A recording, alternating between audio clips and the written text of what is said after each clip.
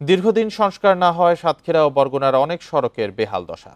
এ বিষয়ে জানাতে সাতক্ষীরা ও বরগুনা থেকে যুক্ত হচ্ছেন সহকর্মীরা। শুরুতে সাতক্ষীরা থেকে জানাবেন সহকর্মী আবুল কাশেম। আবুল কাশেম, সাতক্ষীরার কোন কোন সড়কের কোন কোন জায়গায় অবস্থা বেশি খারাপ এবং এটি নিরসনে আসলে কোনো উদ্যোগ নেওয়া হচ্ছে কিনা, দুর্ভোগের চিত্রটি জানাবেন। বান্ডেল থাকলে প্রতি সেনমানিতে টাকা বাঁচবে। বিকাশ সেনমানি বান্ডেল কিনে জিতুন প্রতি লেনদেনে।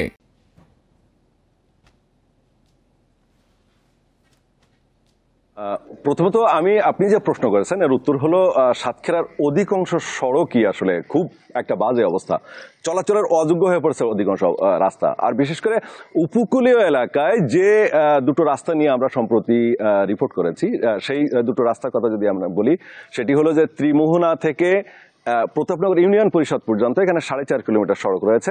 পাশাপাশি তালতলা বাজার থেকে কুড়িকাহনে পর্যন্ত 1 কিলোমিটার সড়ক রয়েছে। এই দুটো সড়ক নির্মাণে ব্যাপক অনিয়ম ঘটেছে।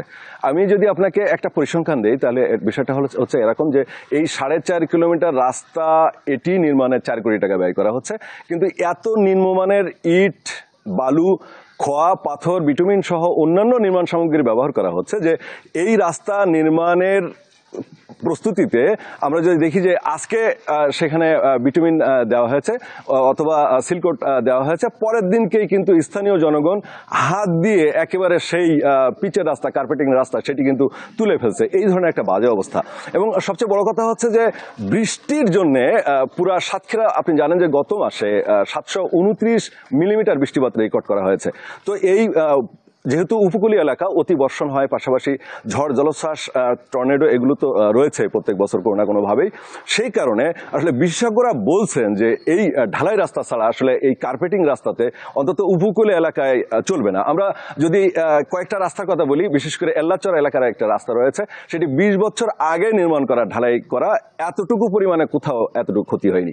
তো এই বিষয়টা আমরা নিয়ে কথা বলেছিলাম যারা বিশেষজ্ঞ রয়েছেন, বিশেষ করে এলজিডির নির্বাহী প্রকৌশলী এবং সহজের যে কর্মকর্তারা রয়েছেন তাদের সঙ্গে, তাদের কাছে আমরা যে জিনিসটা বলার চেষ্টা করেছি, সেটা জানার চেষ্টা করেছি যে আসলে ঢালাই রাস্তা ছাড়া এই যে কার্পেটিং রাস্তা প্রতি বছর এক তো নির্মাণে ত্রুটি রয়েছে, তাছাড়া আপনি জানেন যে কার্পেটিং রাস্তা আসলে বৃষ্টিতে প্রচুরভাবে ক্ষতিগ্রস্ত হয়।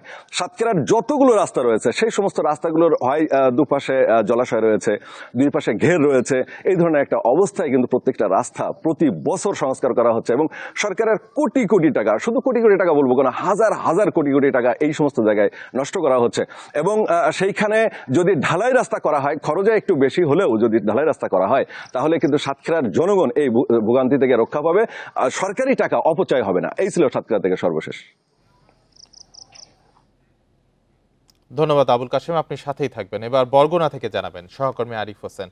আরিফ হোসেন, বরগুনার সড়কের বেহাল পরিস্থিতি নিয়ে জানাবেন এবং সংশ্লিষ্ট কর্তৃপক্ষের সাথে আপনার কোনো কথা হয়েছে কিনা এই বিষয়ে।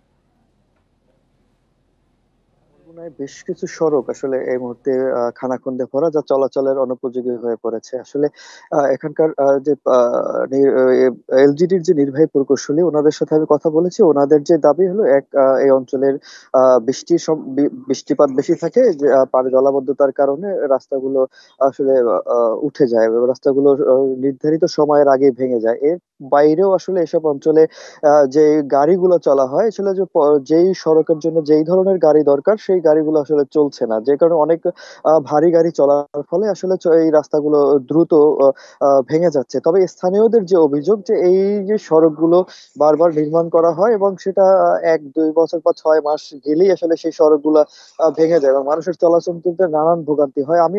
আমি যদি বলি যে এখন বর্তমানে যে আমতলী তালতলির যে সড়কটি রয়েছে, যেটা এই অঞ্চলের আঞ্চলিক সড়ক, এই উপজেলার আসলে ঢাকার রাজধানীর সাথে যোগাযোগের একমাত্র সড়ক, সেই সড়কটি এখন চলাচলে মানে একদমই অনুপযোগী হয়ে পড়েছে। যে সেক্ষেত্রে এই সড়ক দিয়ে যারা চলাচল করছে, যেসব মানুষরা, তারা নানান সময় নানান দুর্ঘটনার শিকার হচ্ছে।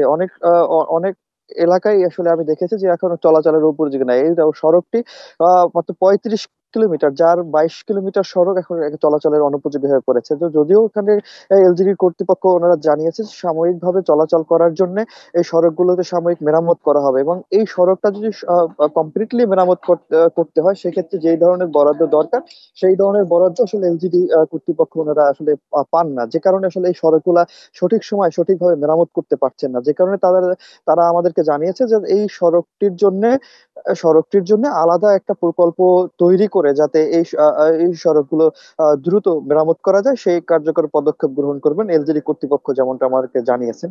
তো এই ছিল বরগুনা থেকে মোটামুটি সর্বশেষ।